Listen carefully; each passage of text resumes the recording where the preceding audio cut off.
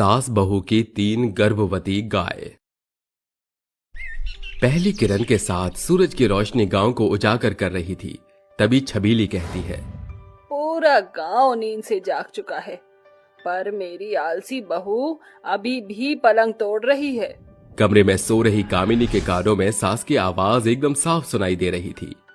आप चाहे कितनी कोशिश कर लो सासू जी, मैं नहीं उठूंगी। अरे ओ आलस की मूरत, काम चोर, जिंदा भी है कि निपट गई?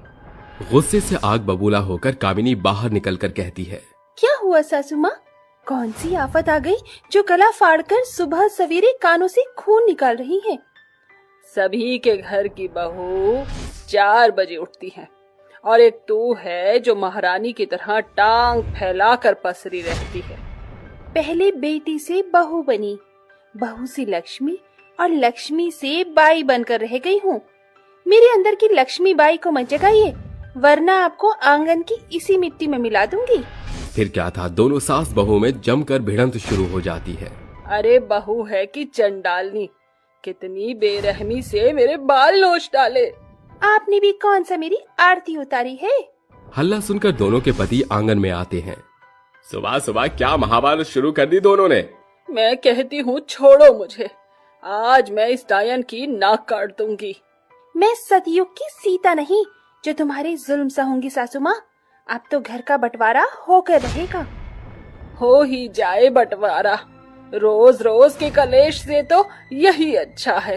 फिर पंचायत की सभा में सभी जन इकट्ठा होते हैं, जहां सरपंच शूरवीर कहता है, कामिनी और छबीली, एक बार फिर सोच लो, जहां 4 बर्तन होते हैं तो वो आपस में बचते ही हैं। सरपंच जी, ये बंटवारा तो होगा, वो भी आज। घर के हर एक कोने से लेकर सामान, बर्तन, गहने इत्यादि का बंटवारा होता है। सभी चीजों के 2 हिस्से हो ही गए, तो लगे हाथ इन 3 गायों का बंटवारा भी कर दीजिए। इन 3 गाय के बंटवारे की नौबत नहीं आएगी, ये मुझे ही मिलेंगी।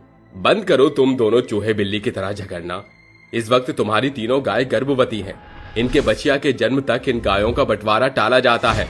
तुम में से जो भी इनकी देखभाल सबसे अच्छे ढंग से करेगा, ये गाय उन्हीं के हिस्से में जाएगी। अगली सुबह मुर्गे की बांग के साथ दोनों उठ जाती हैं। अरे आज मेरे इस कुंभकर्ण बहू पर कौन सा भूत सवार हो गया है जो इतनी सवेरे दर्शन दे दिया? आप चाहे जितने पापड़ बेल लो सासू माँ, ये तीनों गाय तो मेरे हिस्से ही आएंगी। फिर दोनों एक साथ दूध की बाल्टी पर हाथ लगाती हैं।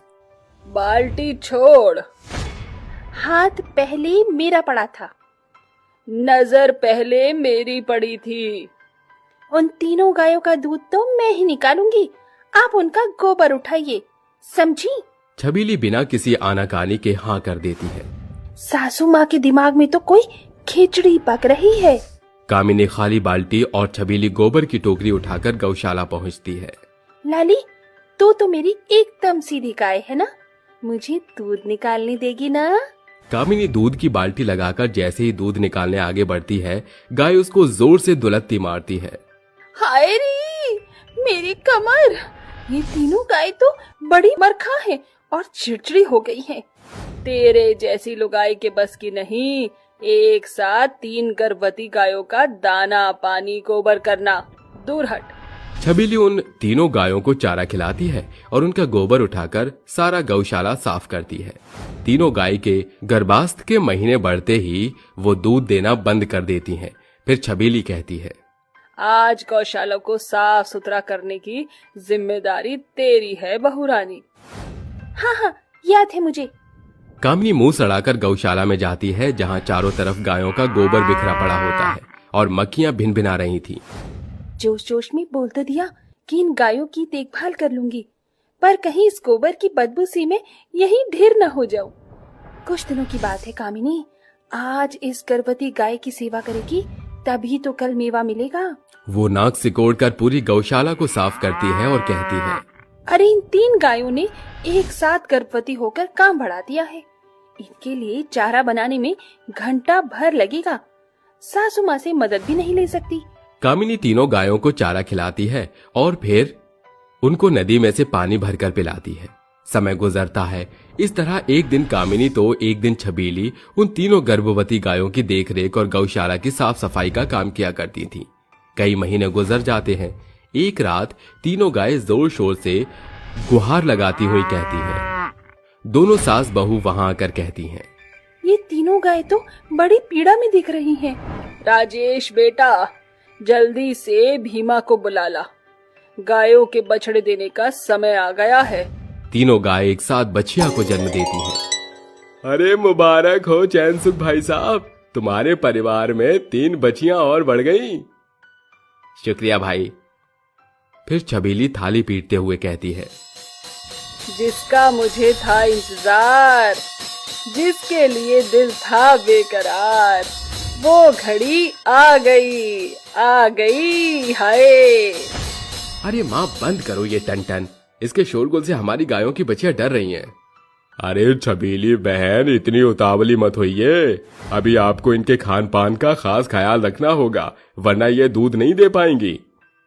दोनों सास बहू गायों के बंटवारे के चाह में हर सवेरे उन्हें लेकर खेत खलिहान में चराने ले जाती हैं। लाली, मैंने तेरी बड़ी सेवा की है, बंटवारे में तो मुझे ही चुनना, ठीक है?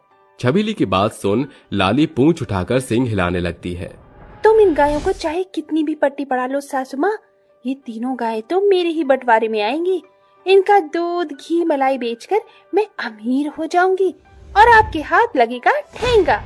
कुछ दिन गुजरने के साथ दोनों कहती हैं, हमारी तीनों गाय ने बछिया को जन्म भी दे दिया और अब तो दूध भी करने लगी। अब जल्द से जल्द इनका बंटवारा करवाओ। ठीक है, मैं आज ही सरपंच को कह देता हूँ। अगली सुबह सरपंच के साथ पूरा गांव गायों के बंटवारे के लिए इकट्ठा होता है। सरपंच जी, अब जल्दी से इन गायों का बंटवारा कर दीजिए। तीनों गाय अपनी मर्जी से तुम में से जिसे भी सुनेगी, ये तीनों उसी के हक में जाएंगी। चैनसुख, गायों को ले आओ। चैनसुख गौशाला में खूंटे से बंधी गाय को खोलकर उनके सामने खड़ा कर देता है। अरे मेरी लाली, शीतल और काजल, मैंने तुम्हारी गर्भावस्था में खूब सेवा की है, मैं तुम्हारी असली हकदार हूँ। देखो, तुम मुझे ही चुनना। मैंने हर दिन तुम्हारी गौशाला को साफ किया, गोबर उठाया, तुम्हें दाना पानी खिलाया, नहलाया, धुलाया। मुझे ही चुनना। तीनों गाय पूंछ हिलाते हुए छबीली के पास आकर खड़ी हो जाती हैं। मैंने कहा था ना, ये गाय मुझे ही चुनेंगी। फिर वो तीनों गाय कामिनी के पास जाकर खड़ी हो जाती हैं। ये तीनों गाय तो आपका दिल रखने के लिए चली गई थी। अरे तुम्हारी असली मालिक मैं हूँ। इस गिरगिट के साथ रहकर तुम्हारे भी तेवर बदल गए। अरे तुम दोनों जानवर की बोली नहीं पढ़ सकत हो। कहा है कि ये गाय तुम दोनों के साथ रहेंगे चाहत है। एक बेजुबान जानवर परिवार को जोड़ने की इतनी कोशिश कर रहा है, इस जानवर को प्यार की भाषा समझ आ रही है, तो क्या तुम सभी रंजिश बुलाकर फिर से एक साथ खुशी से नहीं रह सकती? ये तीनों गाय तुम में से किसी एक के साथ नहीं बल्कि तुम दोनों के साथ रहना चाहती हैं। तीनों गायें जोर जोर से गुहार लगाती हुई सिर हिलाते हुए उन्हें चाटने लगती हैं। मैंने ये पहले क्यों नहीं सोचा सरपंच जी? मुझे इन गायों का बंटवारा नहीं करना। हाँ, हम सास बहू मिलकर एक नई शुरुआत करेंगे। दोनों सास बहू भावुक होकर एक दूसरे के गले लगकर फिर से एक नई शुरुआत करती हैं।